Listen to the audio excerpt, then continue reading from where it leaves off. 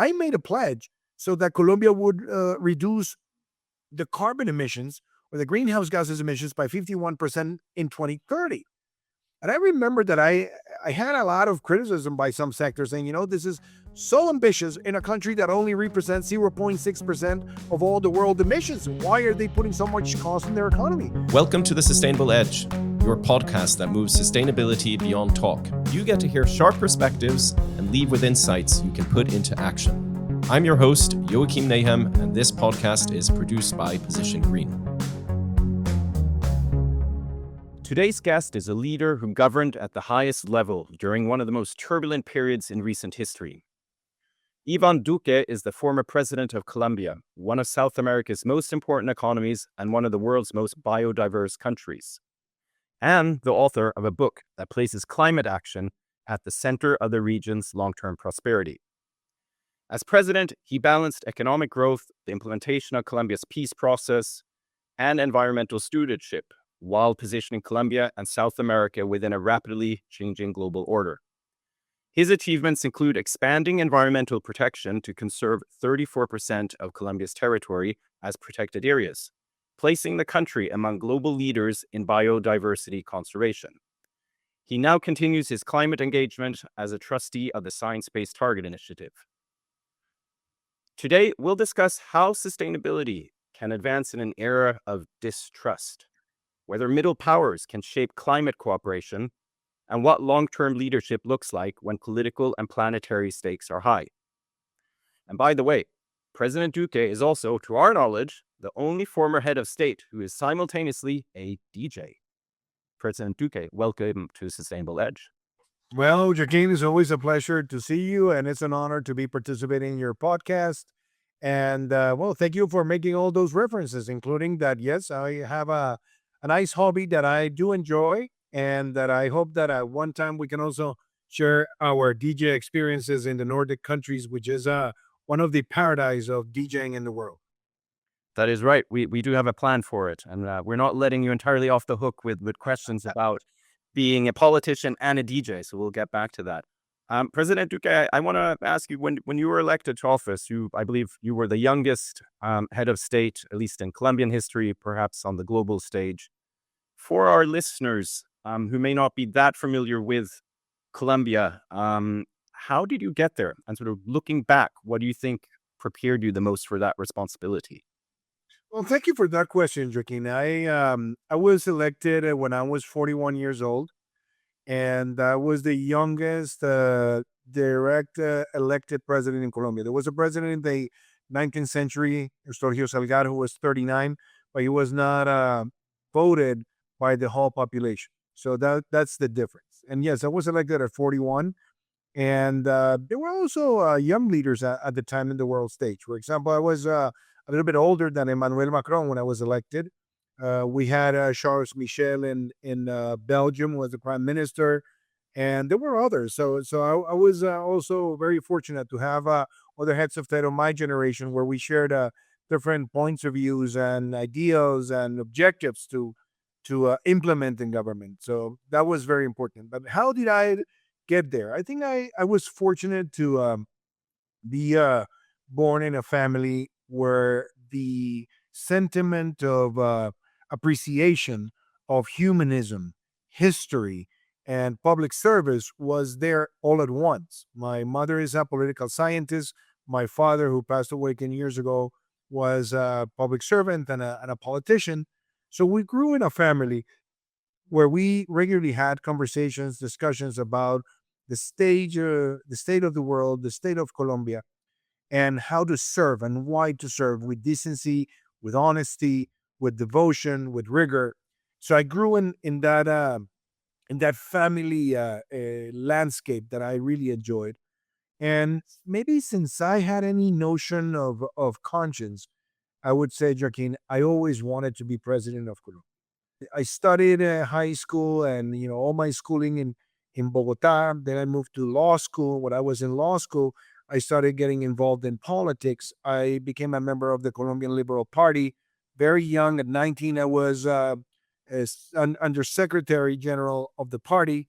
I was elected 3 years in a row by my mates as the Colombian best senator, and I run for the presidency, and I won in my first attempt, which was something that I was really convicted in trying to bring a new generational vision for Colombia, and that's how I became president. It was a very tough election. I had to win inside the party, then go for another coalition election, and then go to the first and second round. But I was very honored to be able to win an election for the first time with more than 10 million votes in the history of Colombia. And if we sort of put sustainability into the equation in terms of like both your engagement but also your approach to sustainability. So you've published a book. I guess we can almost call it a green manifesto for um, the Caribbean, I believe, the region in terms of how this is part of economic prosperity. But where does your sort of engagement with sustainability come from? Is it based on sort of your growing up in Colombia? Is it a generational aspect? Is it as part of Yeah, politics? I'm glad that you're asking that because I grew in that family that I was describing, and we had the environment as a priority. My father, when I was a little kid, my father used to be the manager of the Bogota Water Company. So he was basically in charge of all the supply of water for the whole city. And my father, he didn't care if I was two, three, four, whatever the age was. He always took time to explain to me what he did. And the best way that he explained to me was teaching me how do we have to protect the water sources. So he took us, and my mother and me, every weekend to the plant of Tibitok, that it's close to the Paramo or the high altitude ecosystem of Chingaza. So we were there every weekend.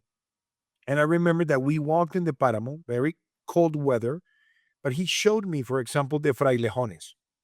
That is an endemic species, a tree that is the water regulator and that guarantees also the supply of water to the city of Bogota. So my father took time for that. My mother also was very cautious in telling us and teaching us how to reduce, reuse, recycle when nobody spoke about that. There were not even three trash cans in our family, and we did have that in our house. And my mother always wanted us to understand the value of protecting nature. So I grew with that sentiment. I remember in 1992 when there was this Rio summit, I was pretty much involved in the school in promoting the results of the Rio summit. And it was basically putting the concept of sustainable development into an integral way of looking at overall development and trying to plant the seed that in every single sector, sustainability was not a liability. On the contrary, it was a great asset that we should embed in the way we work. So I had that privilege during my early years. So then when I went to law school, I was also pretty much involved in environmental law groups. I also promoted legislation as a member of civil society. Then, when I joined the Liberal Party, I was also involved in these matters. And when I moved in my career to the Inter American Development Bank, I participated actively in the board of directors to create the Sustainable Energy and Climate Change Initiative. And I worked with the Multilateral Development Fund at the time and Inter American Credit Corporation so that these subjects were included in a very how could I say proactive way, so that the corporate sectors got more involved in key players of sustainability. And then when I moved in my career as division chief on corporate responsibility, I worked with a lot of organizations in the Washington D.C. area involved in sustainability. And when I became a senator, I also promoted legislation and debates on environmental protection, including that I was the co-author of the Clean Mobility Bill in Colombia. And as president, as you know, we not only launched the circular economy policy, we expanded the protected areas to reach 30% by 2022, which was 8 years before the international objective that was 2030. We also approved the climate action bill unanimously. We created the green taxonomy for Colombia. We issued smart finance products in order to create market driven nature based solutions. We also worked in the promotion of coral nurseries so that we could protect the coral reefs in Colombia. And we worked on all these subjects with a clear statement, which was this agenda was led by me as president, and we worked with an amazing team, but it was top down and it was a major governmental priority. And when I left the presidency, I've joined Conservation International board of directors. I'm a trustee in SBTI. I'm an ambassador for the Global Campaign for Nature. I am in the McKinsey Global Sustainability Advisory Board, and I serve also in E Ledgers Institute Advisory Board. So I have all these involvements that keep me connected to my ideal. It is that we need to embed the concept of sustainability in every single action of what I call our individual ethic of the 21st century. But if we take that as you're describing, obviously, your personal journey, but you're also describing perhaps a world that was conducive to all of this, meaning that we were basing it on science. There was cooperation. What you describe is partly the journey in Colombia, but also at the international level from Rio to Paris. We've had a sort of history of international cooperation. If we fast forward to 2026, things look quite different. There is less, in many levels, cooperation. There's less trust. Climate has fallen down on the agenda, if you like, in terms of global politics. Even from a corporate perspective, although not abandoned, it's not perhaps where it used to be 3 years ago, 5 years ago, 10 years ago, even though climate, in terms of its impact, also on businesses, in terms of risk and climate change, etc., is obviously almost unabated. It's getting more and more challenging, and we're seeing this, and the science is very clear about it. But how do we then advance this cooperation or sustainability leadership, this thinking in a world that, let's face it, is very different and is perhaps not conducive to all the milestones you described? So I don't know if what I'm going to say is going to sound controversial or not, but I think there's a I lot. mean, we love frank I, opinion here. I think there's a lot of noise, and I think sometimes there's a lot of we have like a blurry panorama now. But I think if we are able to look beyond the evidence, I don't see really a major reduction on the impetus of climate action. Maybe the discourses, maybe the narratives, maybe the storytellers have no longer the same intensity that they had 2, 3, 4, 5 years ago.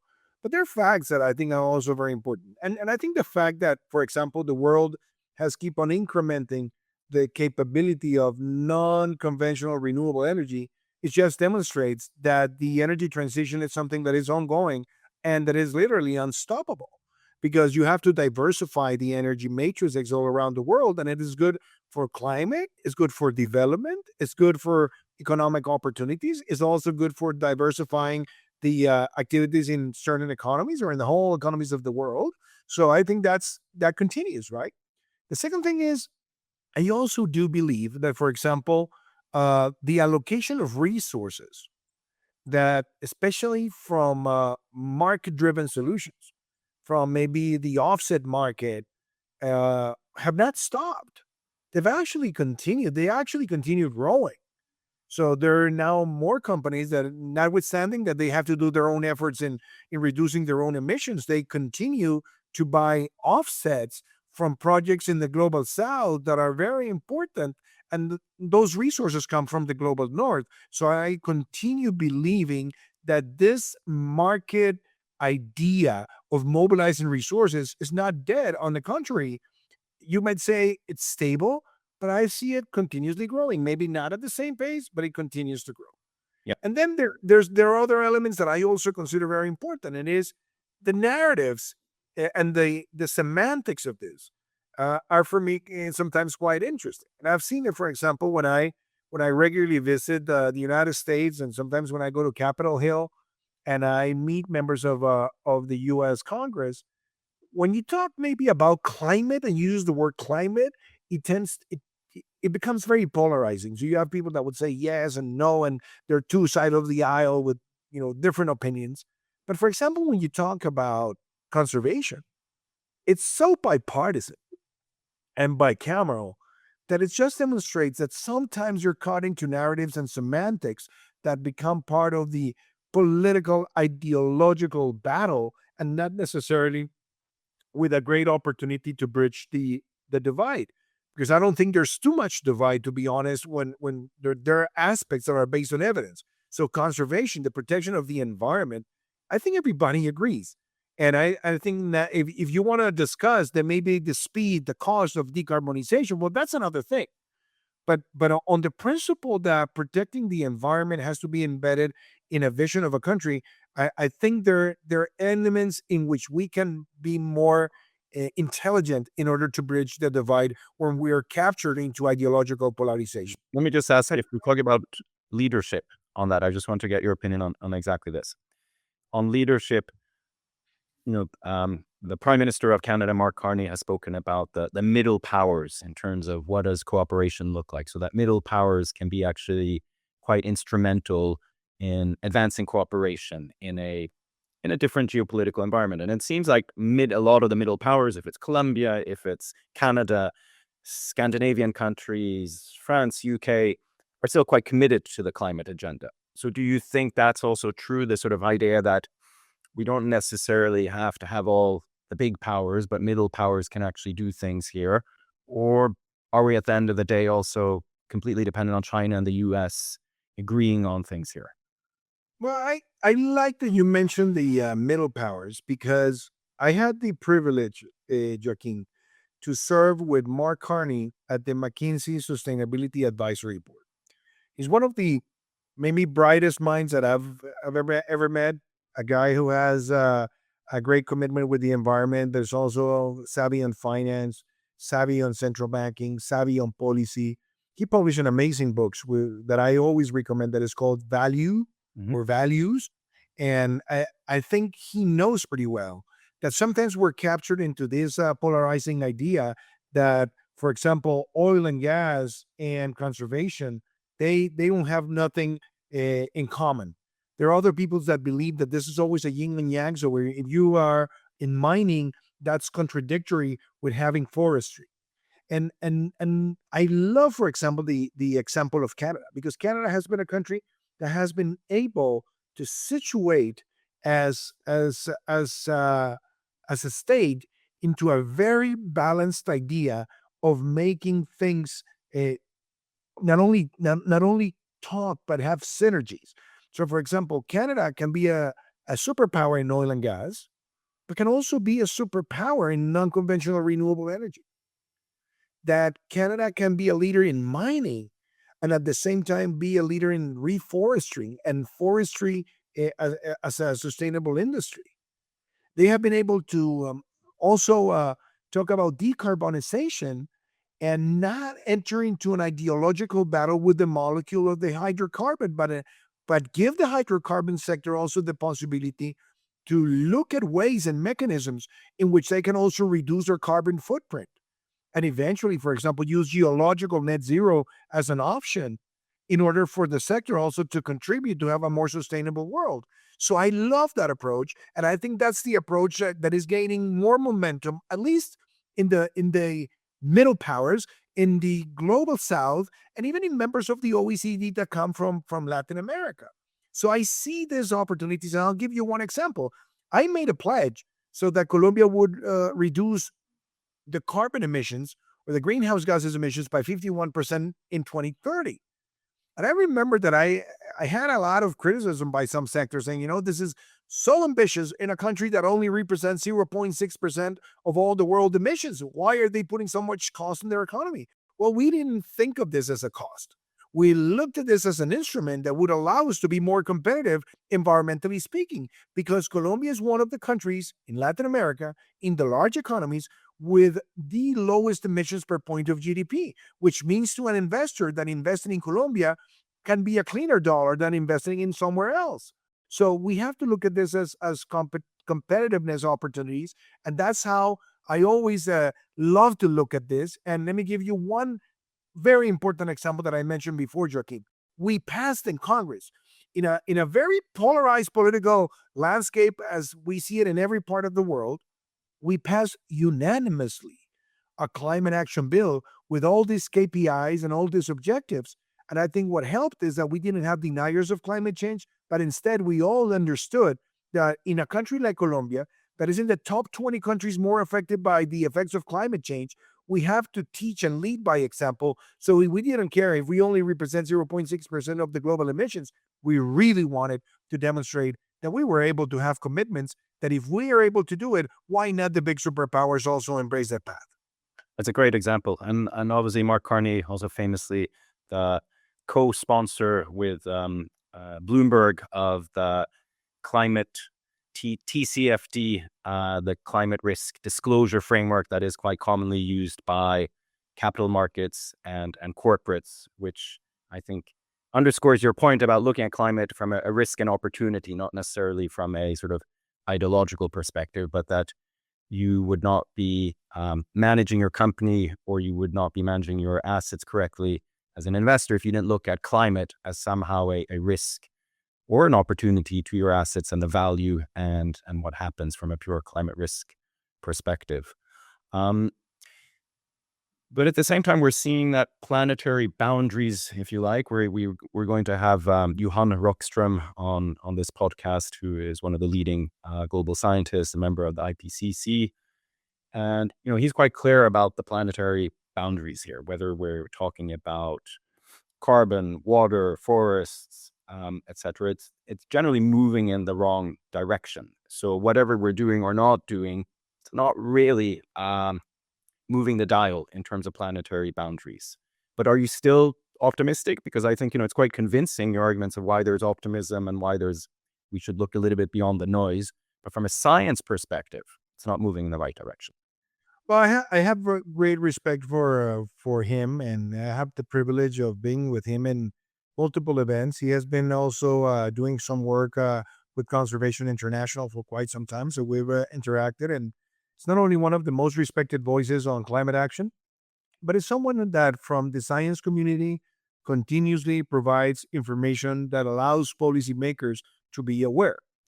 Um, I think, and that I agree with him in that we shouldn't look at this as a catastrophic situation, but it's a very risky situation. I mean, if we continue to see denials on the effects that climate change is producing and will produce in the upcoming years, I think we would definitely be in very bad shape. But as I said, I think beyond the noise, there are a lot of things happening. I mean, for example, the fact that 3 years ago in Montreal, we had more countries than ever signing a compromise to get to 30 by 30. It just demonstrates that the idea of conservation, it's embedded into state compromises for the mid and long term. And I think that's positive. I also believe I also believe that yes, I mean we have Paris Agreement present, and I know Paris Agreement is always referenced at this as this milestone, and it is a milestone. But there are also things that we have to continuously learn, and maybe there were premises that we had in Paris on Article 6, or things that we discussed on sectors difficult to abate and aggregated value chains, that maybe we just have to maybe rethink or improve and bring new data, new sources, new evidence in order to be maybe more precise and maybe to be more concrete in how we want the whole aggregated value chain should behave in order to reduce emissions. But we have to be open mind for that. And yes, I think the withdrawal from of the United States from Paris always creates a lot of noise. But the question is, are American companies really moving away from this agenda? I don't see it that way. And that keeps me optimistic. I mean, when you look at the Fortune 500, when you look at even the new emerging startups, even in sectors so demanding of energy like AI, they all have the elements of climate action and environmental responsibility embedded into their own corporate culture. And I think that those are elements of progress that we have to celebrate. My question now, Joaquin, and I think that's what keeps me awake, is that we have seen a lot of progress in the global north. And we have seen a lot of progress in the global south, primarily defining ambitious objectives. But in order to meet those objectives, the availability of resources in the global south is not there. That keeps me awake because, for example, Africa has to invest something close to $3.2 trillion in order to meet their targets by 2030. And They don't have the resources from the budgets. They don't have the resources from bilateral donors. They don't have the resources from philanthropy. So the only way that this can be mobilized is through market mechanisms of offsets, where there are African projects that can be bought or that can be financed by projects in the global north through market mechanisms. So I think we have to unleash more market solutions that would guarantee that there is a massive flow of resources. Notwithstanding that, still we have to do much more on the regulatory side, and we need to do much more with the private sector. But I'll tell you something, at least from the Colombian perspective, and I think it's also Latin American. Latin American companies, Colombian companies, have taken to heart the concept of sustainability, and that also keeps me in an optimistic place. I understand what Johannes have said in terms of the speed of success.